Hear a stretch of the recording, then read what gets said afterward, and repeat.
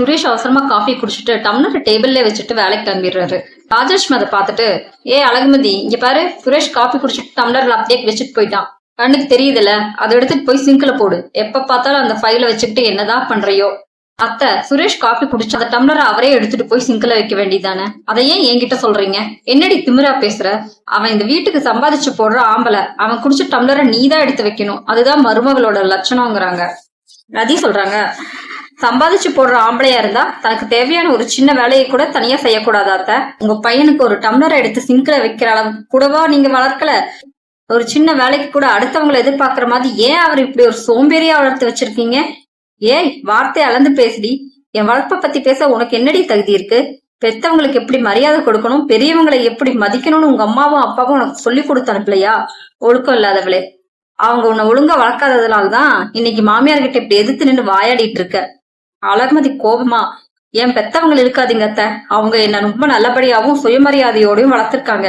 நியாயத்துக்கு முன்னாடி யாருக்கு தலைக்குனிய கூடாதுன்னு சொல்லி கொடுத்துருக்காங்க. என் பெத்தவங்க கிட்ட வளர்ப்பு சரியா இருந்ததுனாலதான் இன்னைக்கு நான் நல்ல வேலைக்கு போய் 4 காசு சம்பாதிக்கிறேன். ஆனா உங்க வளர்ப்புதான் இங்க சரியில்லை. உங்க பையனை ஒரு பொறுப்பான மனுஷனா நீங்க வளர்க்கவே இல்லை. அது மட்டும் இல்ல, நீங்க பெரியவங்க தான், ஆனா மத்தவங்களுக்கு மரியாதை கொடுக்க தெரியாத நல்ல குணமில்லாத ஒரு பெரியவங்களா இருக்கீங்களே, அதுக்கு நான் ஒண்ணும் பண்ண முடியாதுங்கிறாங்க. என்னடி சொன்ன? நான் நல்லவள் இல்லையா? இந்த வீட்டை விட்டு எப்படி விரட்டுறேன் பாருடி அப்படின்னு சொல்றாங்க.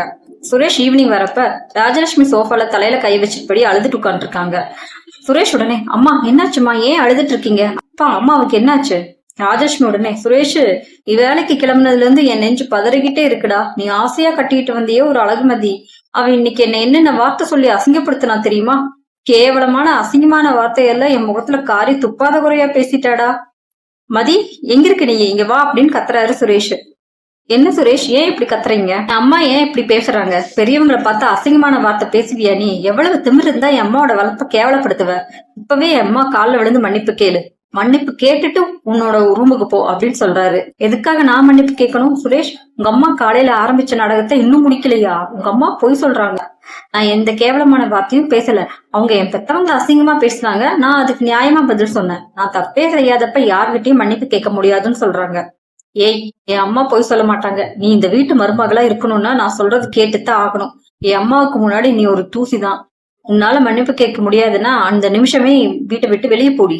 உன் பெத்தவங்க வீட்டுக்கே மூட்டையை கட்டிட்டு ஓடிடு.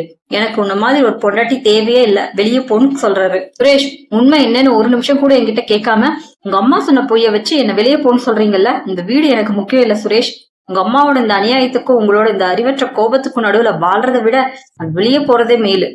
இனிமே நான் இந்த வீட்டு படியை மிதிக்க மாட்டேன்னு சொல்லிட்டு அழகுமதி பேக்கோட அவங்க அம்மா வீட்டுக்கு போயிடுறாங்க. ராஜலட்சுமி ரொம்ப சந்தோஷமா இருக்காங்க. அழகுமதியோட அம்மா பார்த்துட்டு, என்னடி மதி இந்த நேரத்துல பையோட வந்து நிக்கிற? புருஷன் வீட்டுல மறுபடியும் ஏதாவது சண்டையா?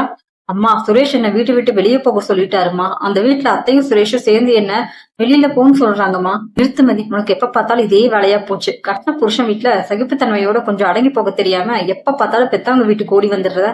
உன்னை நாங்க கஷ்டப்பட்டு படிக்க வச்சது இப்படி புருஷன் வீட்டுல சண்டை போட்டுட்டு எங்க தலைக்குனிய வைக்கவா? ஆமா மதி, பக்கத்து வீட்டுக்காரங்க சொந்தக்காரங்க எல்லாம் என்ன பேசுவாங்க? கல்யாணம் ஆகி போன பொண்ணு புருஷன் வீட்டுல வாழ தெரியாம அடிக்கடி அம்மா வீட்டுக்கு வந்து நின்னா எங்களுக்கு தான் அசிங்கம். உனக்கு கொஞ்சம் கூட அறிவே இல்லையான்னு அவங்க அப்பா சொல்றாரு. ஏம்மா இப்படி பேசுற? அப்பா நீங்களுமா? அங்க என்ன நடந்துச்சுன்னு நீங்க கூட கேட்க மாட்டீங்களா? தப்பி என் மேல இல்லப்பா. சுரேஷ் என்ன சந்தேகப்பட்டு அவங்க அம்மா பேச்ச கேட்டுட்டு என்ன வெளியே போன்னு சொன்னாரு. அதுக்கப்புறம் நான் எப்படிப்பா அங்க இருக்கிறது? நீங்களாவது எனக்கு பக்கபலமா இருப்பீங்கன்னு நம்பி வந்தேன். அங்க என்ன நடந்தாலும் சரி, நீ இதான் அட்ஜஸ்ட் பண்ணிட்டு போகணும். உனக்கு இங்க இடம் இல்ல. நாளைக்கு காலையில விடிஞ்ச உடனே நீ சுரேஷ் வீட்டுக்கு போயிடு.